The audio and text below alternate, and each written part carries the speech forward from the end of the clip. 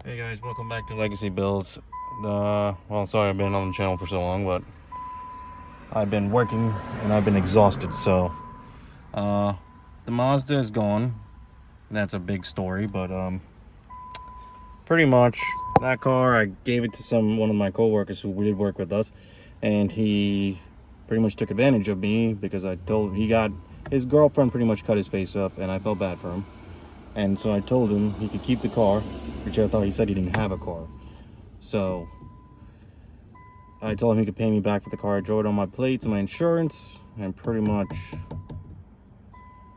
got a ticket, but he paid it off. And these past week or 2 weeks or so, it's been raining and it's been turned to flooding and stuff in New Jersey. And he pretty much flooded the car, or hydrolocked the motor, or something like that, and pretty much did not, since he lost, the car got impounded because he left it abandoned in the highway because it got flooded.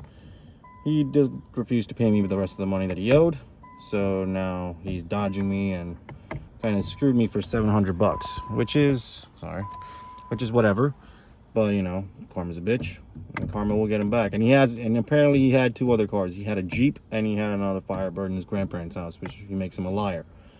So guy pretty much gypped me and took advantage of me, which whatever, everybody gets screwed every once in a while, but it's okay, karma will get him back.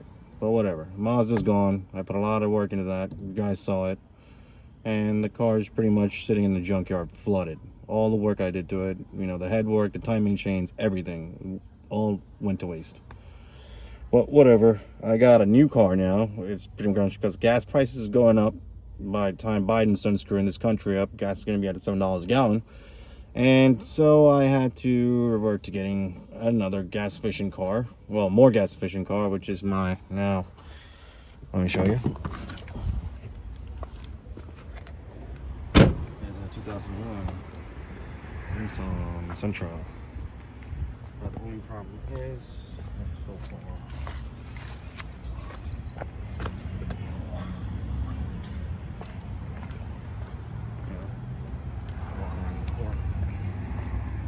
And the guy who owned this car before was pretty much construction, where you can tell it's mud everywhere.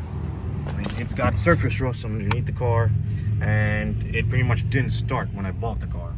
Did not start at all. That's how I bought it. It got towed to the shop. The guys thought it was a cam sensor, and it ended up being spark plugs, because he had E3 Diamond Fire spark plugs. So yeah, I put some Denso iridiums in there, and the car fired right up, because it had low compression. And I thought, I was like, oh crap, this motor's shot, and I was about to cry, but it wasn't.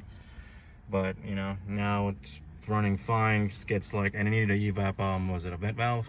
I changed that too. That was a disaster because all the bolts snapped because of all the rust. And this headlight wasn't working for the longest time, and I was waiting for the, what should we call it? This one out. No. This one out? I can't tell. Oh no, I didn't. So I was waiting. This headlight, I changed the headlights and whatnot, and it still wasn't working. The driver's side high beam or low beam does not work. And if you can tell, let me get this bolt out of here. When I turn the headlights on, sorry, it's a total mess. You can see my high beam. I'm hitting the high beam right now, and nothing's coming on the dashboard. Absolutely nothing. The high beam's working, but nothing's working. I mean, nothing's coming up on the dashboard.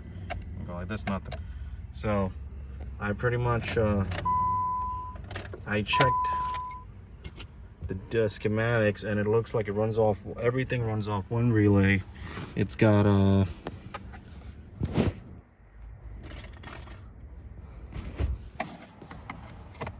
it's good. This one. It's got one relay, and it's got for both headlights, and it's got one ground for both headlights. So if the ground was bad, both headlights would not be working right now from the schematics, from what it says. So I kind of rounded it off to this thing, the turn signal switch being bad, because that's the only other, from schematics, it's the only other fault I could probably find. So right now I'm gonna take this cover off, and I will be right back. All right, guys, as you can see, I got the cover off now. It's full of schmutz and crap, and it's disgusting in here. Ugh, God, this is fucking gross. All right, so we got 3 plugs. From the look of it, got 3 plugs, and my Pittsburgh handy dandy screwdriver set. Be very careful when you cut these open, because this plastic is pretty sharp and you could cut your finger open. And nobody wants to cut finger on a weekend. Oh, that. You're out of here. That's one. And where's this fucking plug? Son of a bitch. Wow. So don't tell me. Hold on. Let me look at this one. I can't even tell where that plug is supposed to be. I'm gonna get this top plug out right here. So I'm like looking at it to see where the pins are. I mean, the tab is. I don't know. It looks like it says the tab's on the top. So it's going like that. That's that thing right there. So that's that tab right now. So I'm gonna try and pull this off. Fucker. Oh, fuck, it broke. Hold on. Crap. That just took a giant crap. That just fucked me. Ah, crap. Yeah. Crap. Alright. Well, that just backfired hardcore. Now that tab's broken. How does this work again? So how does this come off?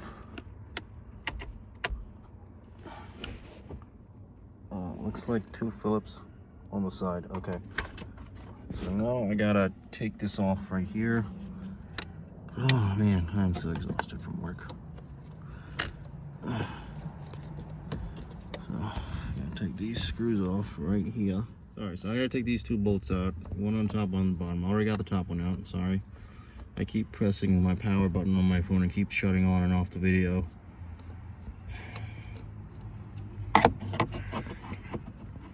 Damn it. 1 second.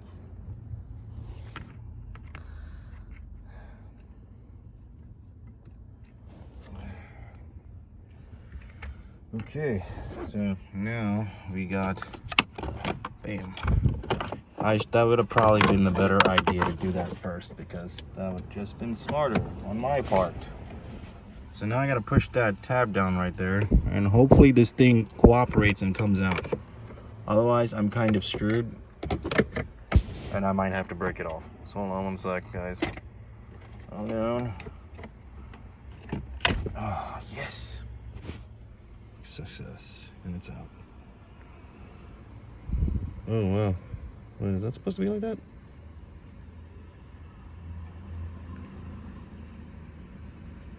I don't know. Trying to look for any burnt terminals. And from the looks like it, nothing's there. Alright, well, let's put the new one in and see what it does. Because then if not, I got screwed. And then put this back here. 3-day shipping. Oh, crap. And this guy who sold me this, thank you, I'm sorry. I was a little irritated from work, and I gave him like a bad review on the shipping, but a great review on the part. I wrote down like it's not 3-day shipping, because I've been waiting for almost a week and a half for this thing. And he sent me a $100 wine gift card, which I gave to my mom. So I was like, shit. Maybe I should be nice to people more often. But I'm sorry, dude.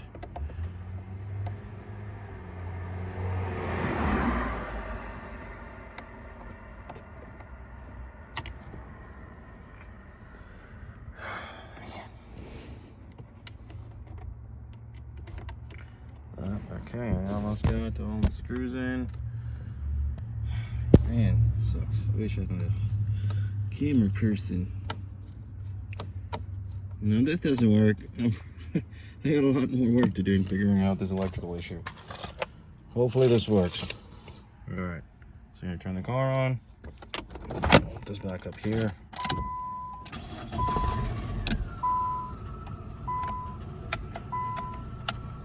Fuck. And we still have the same problem. Crap.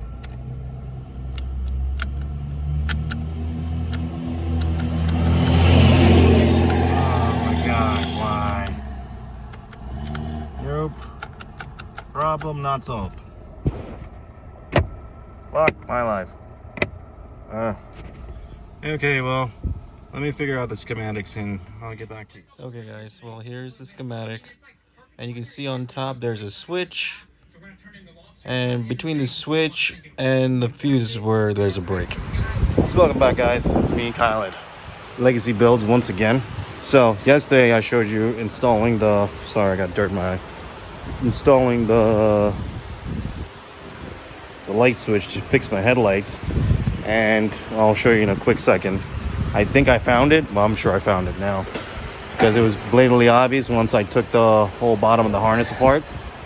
But I installed a headlight switch and I did a whole bunch of testing, checking for power, checking for ground, probing, activating the switch while I have the back probe, the connectors back probed and stuff.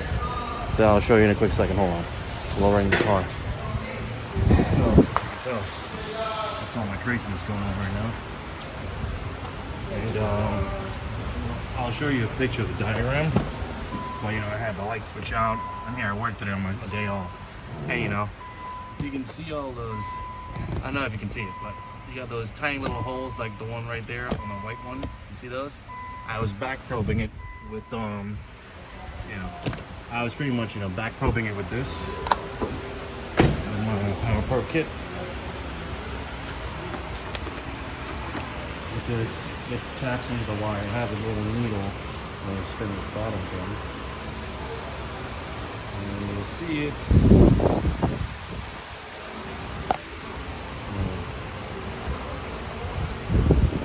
You see the needle?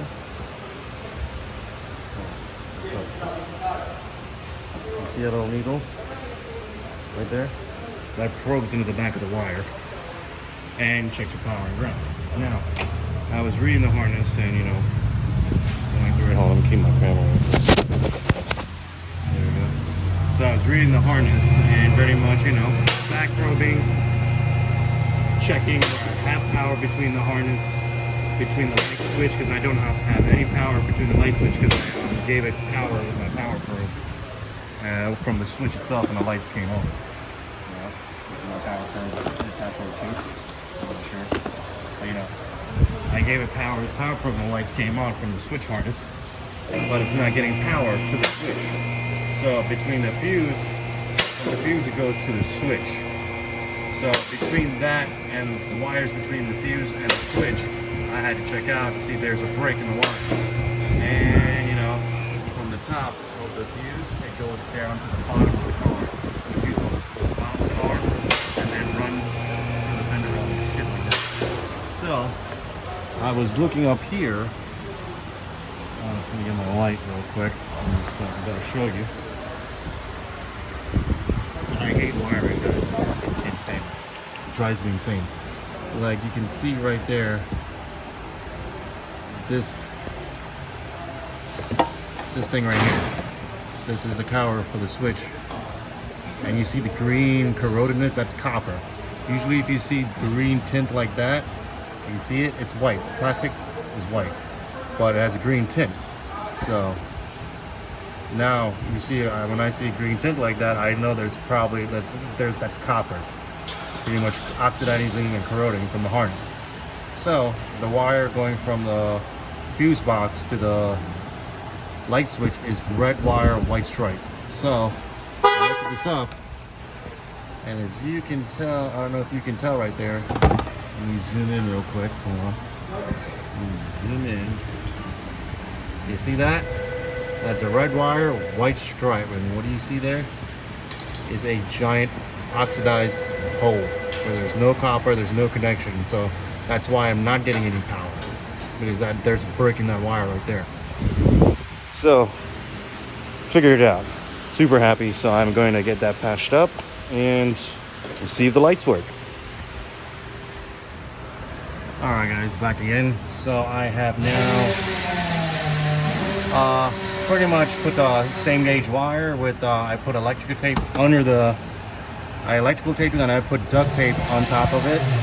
So it's pretty much like waterproofed kind of thing, you know, because electrical tape is pretty much just it's just pretty much vinyl tape. That's all it is. But you know, duct tape is more stickier. It's a little bit more, you know, waterproofing type of thing. So because it's right under the car and it's gonna be kind of exposed to the elements, so I just wanted to make sure that this would not, you know, get exposed to the elements and start corroding again. So yeah, and plus my hands are pretty tiny. I tried to electrical tape the best I could, but I did. And now, wow, look at this. This wire is all sticking out too. What the hell? Why is it doing it?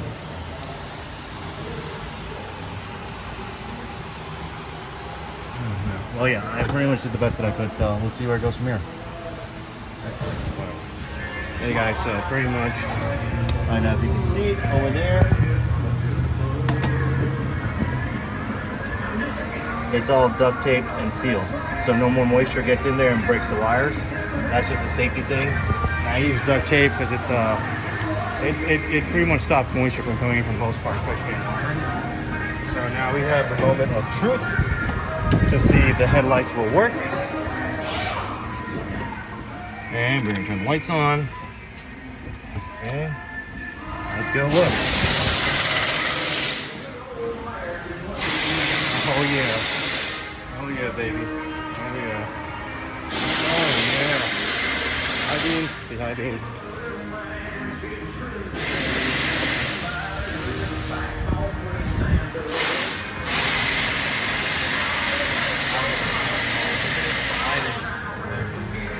Sweet, we got working headlights.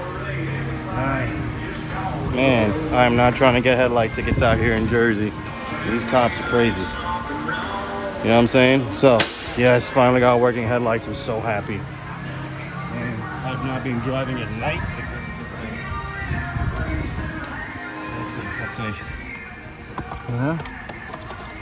Let's see. See, even the headlight indicator comes on now. Sweet. Nice. That goes to show you guys, you can try to learn how to read wiring schematics. That way you can figure out problems like this. I've been doing wiring for a long time, so especially the car that taught me to do wiring was my 1JZ Lexus. Well, it was in my Super first, just the 1JZ swap, so that made me a pro at wiring. Cutting the harness in half and extending it 2.5 feet. I was like 180, 200 some wires. Cut and splicing and extending 2 feet. Well, yeah, problem is fixed.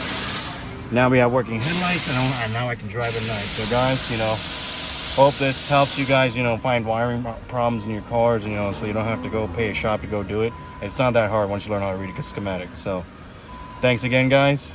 Like and subscribe if you like what you see, and I'll catch you next time. Peace.